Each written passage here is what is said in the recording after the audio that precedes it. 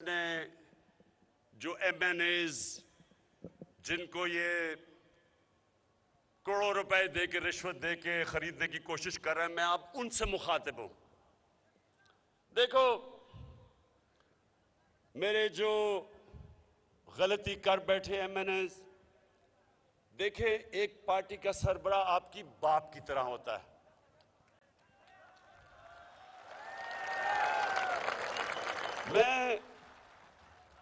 मैं आपकी भलाई के लिए अब बातें कर रहा हूं। मेरी बड़ी गौर से बात सुनो। देखें, ये वो दिन चले गए छांगा मांगा के, जब इन्होंने भेड़ बकरियों की तरह MPs नून लीग ने छांगा मांगा रेस्ट हाउस में और पीपल्स पार्टी ने मरी। वो दिन चले गए हैं। तब तो आप दोनों करप्ट थे, तो लोगों तब तो आपने अभी करप्शन में इतना नाम नहीं कमाया था, तो लोगों ने तो ये समझा कि इक्तदार की वजह की जंग चल रही है। ये पाकिस्तान वो पाकिस्तान है जिसमें लोगों में शऊर आ चुका है। सोशल मीडिया का जमाना, मैं फिर से बता रहा हूं, आपके बच्चे बच्चे को आपके नाम पता चल गए हैं। आपको सबको पता चल गया है कि आपने अगर पार्टी को छोड़ा तो सिर्फ और सिर्फ आप पैसे लेके छोड़ेंगे। आप जितना मर्जी कहेंगे जी मेरी ज़मीर जाग गया है और मैंने फैसला किया इन चोरों के साथ मिलने का, लोग आपकी बात नहीं मानेंगे। आप जितना भी कहेंगे जी इमरान खान बड़ा बुरा आदमी है, होगा बड़ा बुरा, लेकिन लोग आपकी बात नहीं मानेंगे। लोग सब समझेंगे कि अब आपने अपने आप को बेचा है।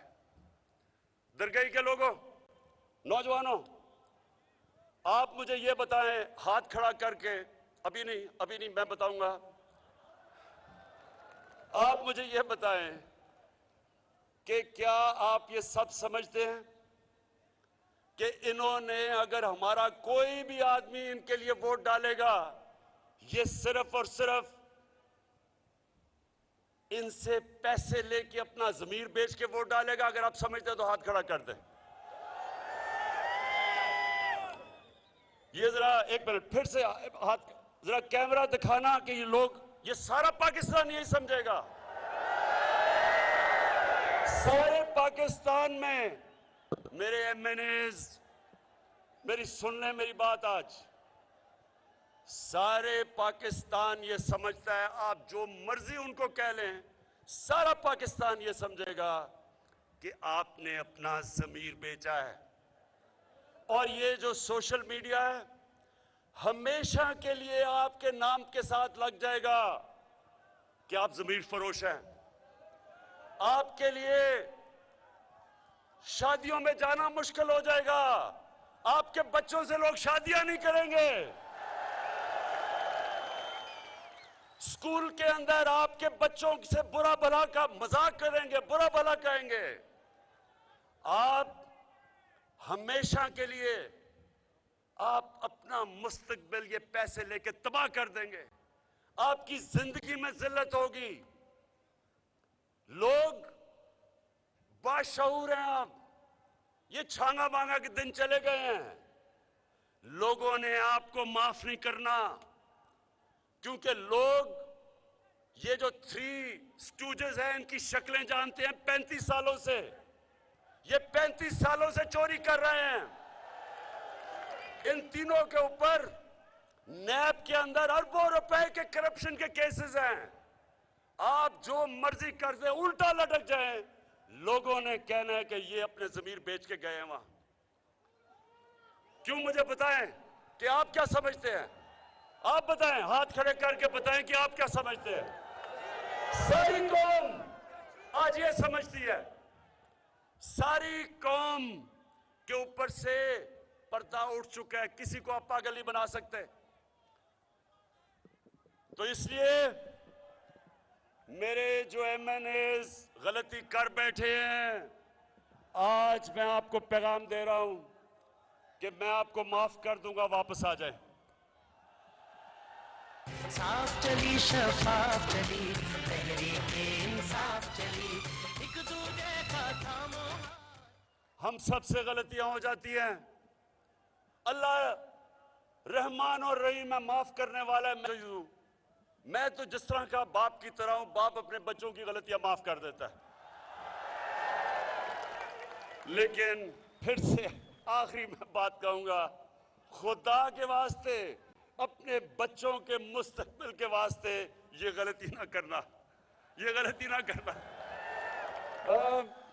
मुझे लोगों ने कहा कि इमरान खान, ये सुने, मुझे लोगों ने कहा, उन्होंने ये कहा कि देखें वो तो उनके पास सिंध की हुकूमत है, वो तो सिंध की हुकूमत का पैसा इस्तेमाल कर रहे हैं, तो आपके पास तो पंजाब, पख्तूनख्वा, आजाद कश्मीर और गिलगित बल्तिस्तान है, आपके पास तो बहुत ज्यादा पैसा है, आप इनको खरीद के वापस ले आए। मैंने अपने लोगों को कहा जिन्होंने मुझे ये तजवीज दी, मैंने कहा सबसे पहले मैं अल्लाह को जवाब दूं, मुझे अपनी आखिरत की फिक्र है।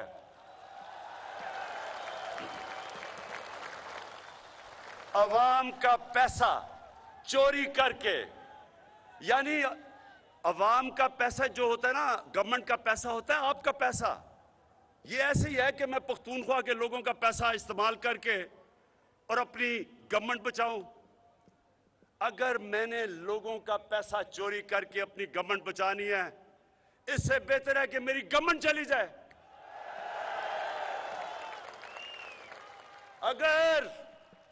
अगर मैंने अपने ज़मीर का सौदा करके रिश्वत देनी है एमएनएस को, मैं लानत भेजता हूं ऐसी हुकूमत को।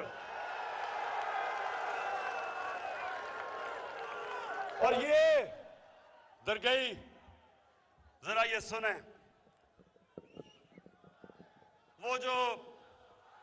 वो कौन है? अच्छा ये मुझे बताए, वो कौन है जो सूट पहन के, टाई लगा के, वो बड़ी बड़ी टोपी पहन के फिरता है पाकिस्तान में? वो कौन है? ये वो है? नहीं, ये डीजल नहीं है, ये वो आदमी है। सुने जरा, ये इसने मुझे तजवीज दी है, सुने जरा, इस बेशरम ने मुझे तजवीज दी है कि इमरान खान आपको एब्सोल्युटली नॉट नहीं कहना चाहिए था। इसके बेटे ने भी ये तजवीज दी है। और फिर इसने कहा है, दरगई में नौजवानों, बेशर्मी की इंतहा देखो, कहता है कि यूरोपियन यूनियन के एम्बेसडर्स ने, उनकी आपको तनकीद भी करनी चाहिए थी। जरा शहबाज शरीफ और आपके बेटे और वो जो उधर बैठा हुआ है डरपोक, झूठा मुजरिम, डरपोक और झूठा, और अरबों रुपए की प्रॉपर्टीज में बाहर बैठा हुआ है, जरा सुन लो मेरी बात। मुझे यह बताओ कि मैंने एब्सोल्युटली नॉट किस बात पे किया था? उन्होंने मेरे से पूछा था कि क्या पाकिस्तान अमेरिका को बेस देगा अफगानिस्तान के अंदर, अगर इंतशार हो तो यहां से बेस इस्तेमाल करे अफगानिस्तान के खिलाफ? ये उसने मेरे से पूछा था। मैं आप सबको, नौजवानों, मैं आपको बताना चाहता हूं, मैं जब 25 साल पहले पॉलिटिक्स में आया था तो मेरी पार्टी का नस्बुल ऐन था, इय्याक नअबुदु व इय्याक नस्तईन, अल्लाह तेरी इबादत करता हूं, तेरे से मदद मांगता हूं। मैंने जब से पहले दिन से मैंने क्या कहा था कि ना मैं कभी किसी के सामने झुकाऊं, ना अपनी कौम को किसी के सामने झुकने दूंगा।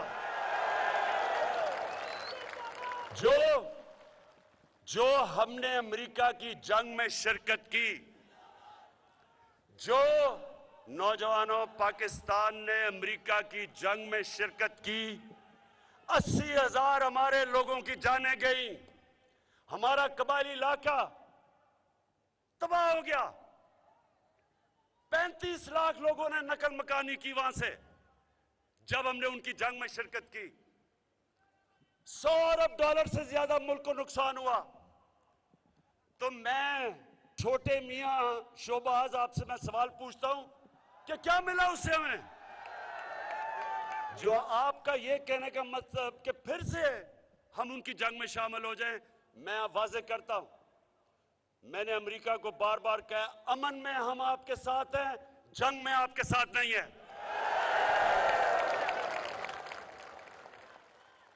तो मुझे जो